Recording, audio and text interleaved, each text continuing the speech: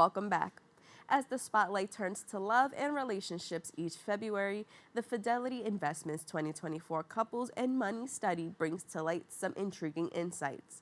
It appears couples might not be as harmonious in their financial views as they believed.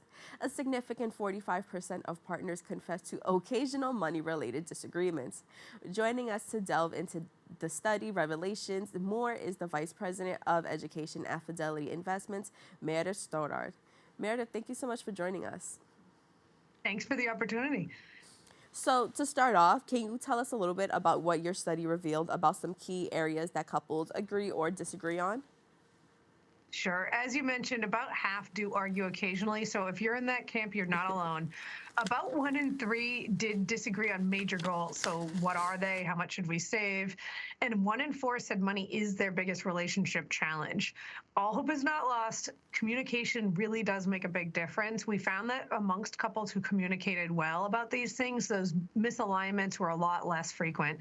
We did also find that about 1 in 3 couples didn't know how much their partner made, which could be a great starting point for those who are struggling with how to tackle this. Yeah, absolutely. I think, like you mentioned, the communication is key, right? Knowing when you're living together and you're kind of building this life with one another, being able to understand where you are financially, though sometimes it could be a little bit of a trickier topic to kind of talk about and really settle into, but I do think it is very important. So, with that, could you elaborate on the specific financial concerns that emerged at most significant for couples in the study and how these concerns may impact relationships? Yeah, you're right on that. There were a couple of major themes that came through. So one was around retirement, whether that's how much of a priority should this be in the short term, how much should we save, when should we retire, and then healthcare costs in retirement. Another big theme was around lifestyle. So Yeah. are we spending too much? How much do we live in the now versus figuring out what our next big goal is for later?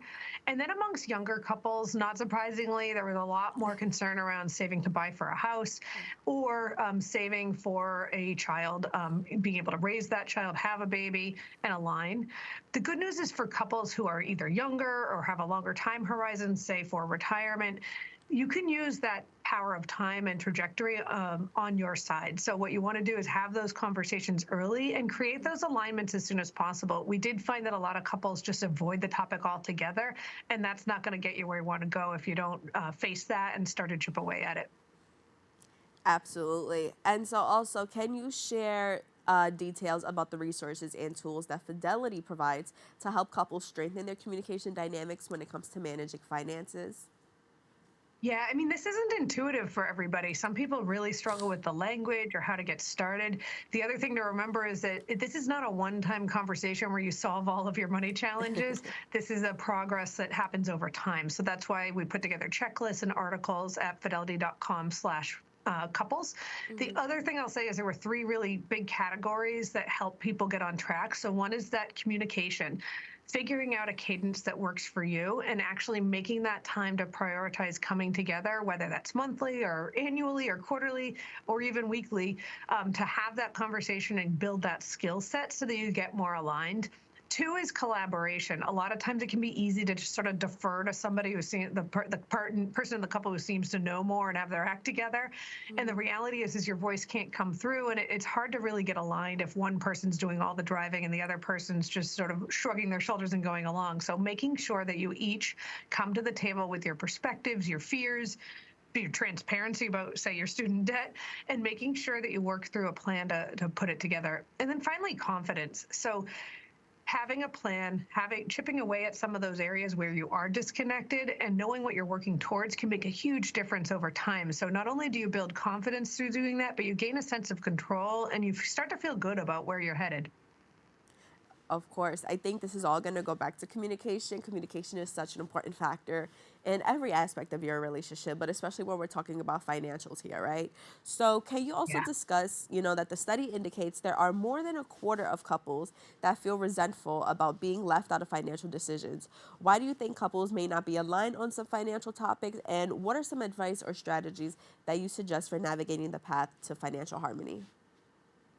Yeah, I mean, some of it is around, it's not always something that needs to be done today. So it's not like, putting gas in your car that has to be done right away. It's something that can be really easy to just push down the road and have a lot of time pass.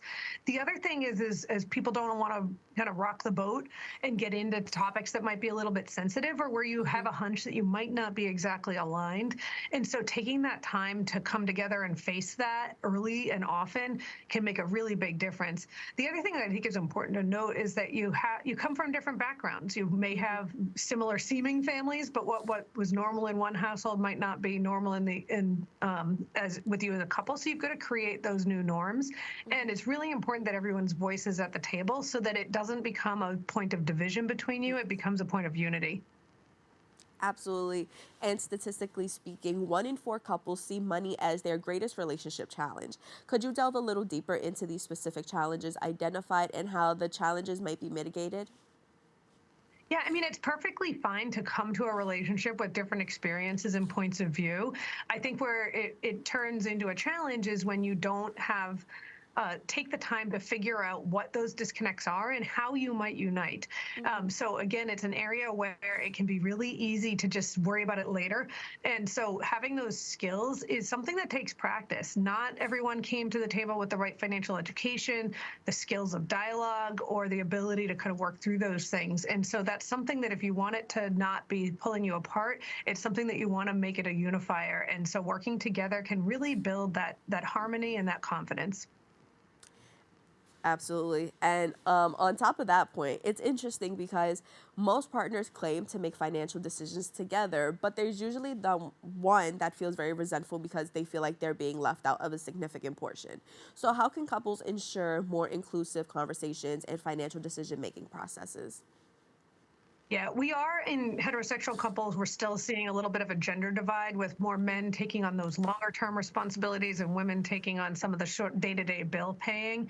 We are seeing that gap closing in recent years, and that can be an opportunity to start to change some of those defaults that people fall into and those patterns that people fall into. So it can be an opportunity to educate yourself, learn, and make sure that you get on track. You don't want to assume that the person coming into the relationship with more knowledge is the one that always has more knowledge. The other piece is setting up a system that works for you. So for some couples, everything together is the way to harmony. For others, it's just too chaotic and too much to manage.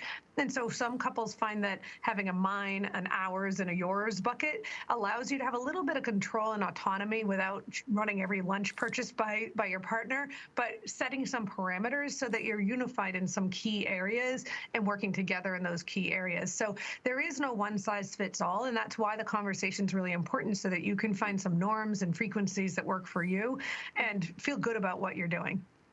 I like that what you brought up about the I, yours, and ours bucket. I think that's something that's very important to have. While I do think it's important in a relationship to, of course, and when you're building a life is to, of course, kind of bring those finances together. I think it is important for both, like you said, for things like lunch purchases, but also, things happen, emergencies happen. And it's very important, I think, to also have your own money on the side that doesn't tap into what you brought in together, right? Absolutely.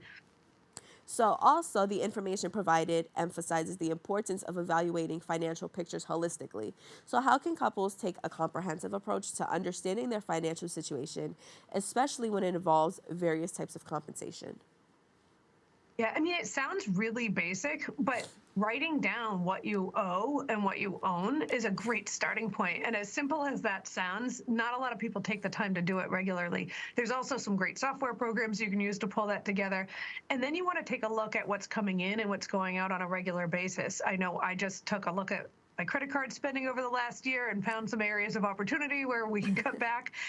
And so, taking a look at that, you think on a daily basis, but until you actually put the pen to paper, figuratively speaking, and look at the actual numbers, it can be really easy to lose sight of things. $5 a day can really add up to a lot over time. And so getting control of the little things and the big things in a way that works for you can make a big difference. So it's one thing to know that you should communicate. It's another thing to do it. It's another thing to know you should have some priorities, but it's another thing to do it and actually chip away at it. So as silly as that sounds and as basic as that sounds, that can really make all the difference.